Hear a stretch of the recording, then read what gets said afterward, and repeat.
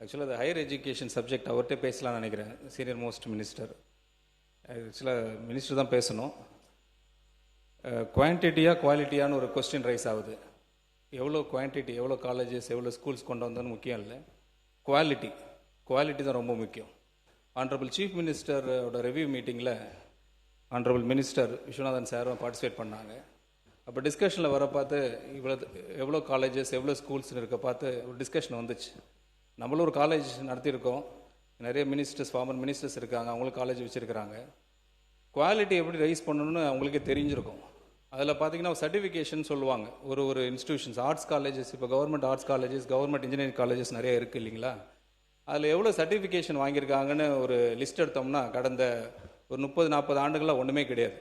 ஒரு IASO certification கூட வாங்கலை, ஒரு NAAC certification, national assessment accreditation கவுன்சில்னு சொல்லுவாங்க, அதுவும் வாங்கலை, ஒரு NBA அக்ரெடிடேஷனும் வாங்கலை, ஒரு AA+ன்னுவாங்க, A++ன்னுவாங்க, B+ன்னுவாங்க. எந்த சர்டிஃபிகேஷனே வாங்காமல் இவ்வளோ வருஷம் நம்ம காலேஜஸ் ரன் பண்ணிட்டு இருந்தோம்னா அங்கேருந்து எப்படி குவாலிட்டி வரும்? ஒரு குவான்டிட்டி மட்டும் தான் வெளியே வரும். அதை அடிப்படையில் நம்ம எந்த முயற்சி எடுத்த மாதிரி தெரியல. அதுக்கு ப்ரைவேட் காலேஜஸ் பார்த்தீங்கன்னா அவங்க ஃபார் பெட்டராக பெர்ஃபார்ம் பண்ணிட்டு இருக்காங்க. அதனால தான் அங்கே கேம்பஸ் பிளேஸ்மெண்ட் போகிறாங்க.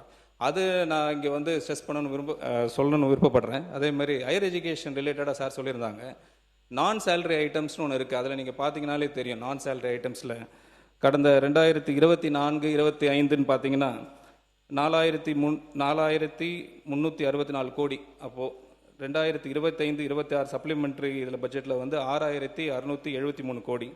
இன்ட்ரி பட்ஜெட்டில் பார்த்தீங்கன்னா 2026-27 8,176 கோடி. நாங்கள் தாக்கல் பண்ண ரிவைஸ்ட் பட்ஜெட் எஸ்டிமேட்டில் 2026-27 8,203 கோடி. கிட்டத்தட்ட இன்க்ரீஸ் தான் பண்ணி கொடுத்துருக்குறோம். அது உங்களோட தகவலுக்கு சொல்லிடுறோம். அது மட்டும் இல்லாமல் இந்த ஸ்கூல் எஜுகேஷன் வந்து டிபார்ட்மெண்ட் வந்து எனக்கும் அதில் கொஞ்சம் எக்ஸ்பீரியன்ஸ் இருக்குது ஓரளவுக்கு. வேலு சார்லாம் இருக்காங்க, பெரிய எஜுகேஷனிஸ்ட் அவங்கெல்லாம். அந்த என்ன சார் நீங்கள் பேசுங்க, அமைச்சர் இங்கே பார்த்து பேசுங்க, நீங்கள் தொடர்ந்து பேசுகிறேன். அங்கேருந்து வாய்ஸ் இல்லை நீங்கள் அதை பற்றி கவலைப்பட வேணாம், நீங்கள் பேசுங்க. எஜுகேஷன் டிபார்ட்மெண்ட்டில் பள்ளி கல்வித்துறை அமைச்சர் இருக்கிறாங்க. அவங்கள்ட்ட அந்த ரிவ்யூ மீட்டிங்கில் கூட நிறைய டிஸ்கஷன் போயிட்டு இருந்துச்சு. நிறைய இப்போது முறைகேடுகள்லாம் சொல்லிட்டு இருந்தாங்க, நிறைய பேர் மேலே வழக்கெல்லாம் போட்டிருந்தாங்க. சில இடத்துல பார்த்தீங்கன்னா கட்டாயப்படுத்தி தான் காசு வாங்கியிருக்கிறாங்க. அதில் ஒரு மிகப்பெரிய ஒரு பாதிப்புப்பட்ட ஆள் நான். கட்டாயப்படுத்தி இது வந்து நிறைய இடத்துல வந்து நான் பதிவு பண்ண விரும்புகிறேன். அதுக்கு முழுக்க காரணம் என்னன்னு கேட்டிங்கன்னா, இங்கே சாட்சின்னு கேட்குறாங்க, எவிடன்ஸ் கேட்குறாங்க. அது டாக்குமெண்ட் எவிடன்ஸ் வந்துட்டு போகுது. இங்கே நானே ஒரு எவிடன்ஸ் தான், நானே ஒரு சாட்சி தான். ஃபார்மர் எஜுகேஷன் மினிஸ்டர் அவர் சபையில் இல்லை, அப்படி இருந்தால் சொல்லியிருக்கணும். பட் வேறு வழி கிடையாது. நான் டிஸ்க்ளோஸ் பண்ணக்கூடாதுன்னு நினச்சேன், அவர் வழி இல்லை. கடந்த 3 நாட்களாக இந்த சப்ஜெக்ட் இப்படி சுற்றிக்கிட்டே இருக்குது. இதுக்கு ஒரு முற்றுப்புள்ளி வச்சு ஆகணும். நாளைக்கு வேணால் அவங்க கேஸ் போட்டுக்கிட்டோம், டிஃபமேஷன் கேஸ் போட்டுக்கிட்டோம், இல்லை என்கொயரி போட்டு நானே வரேன், டைரெக்டாக வந்து அவரை ஃபேஸ் பண்ணலாம்.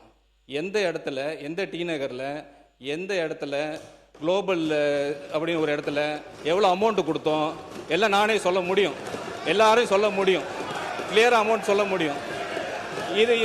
இதுதான் சாட்சி. நான் சொல்லக்கூடாதுன்னு நினச்சிக்கிட்டு இருந்தேன் சார், நான் சொல்லக்கூடாதுன்னு நினச்சிக்கிட்டு இருந்தேன். வேறு வழியே கிடையாது. ஒரு கட்டத்துக்கு அப்புறம் மைனாரிட்டி இன்ஸ்டிடியூஷனுக்கு எவ்வளோ அமௌண்ட் வாங்கினீங்க, இது எல்லாம் நானும் சொல்ல முடியும்.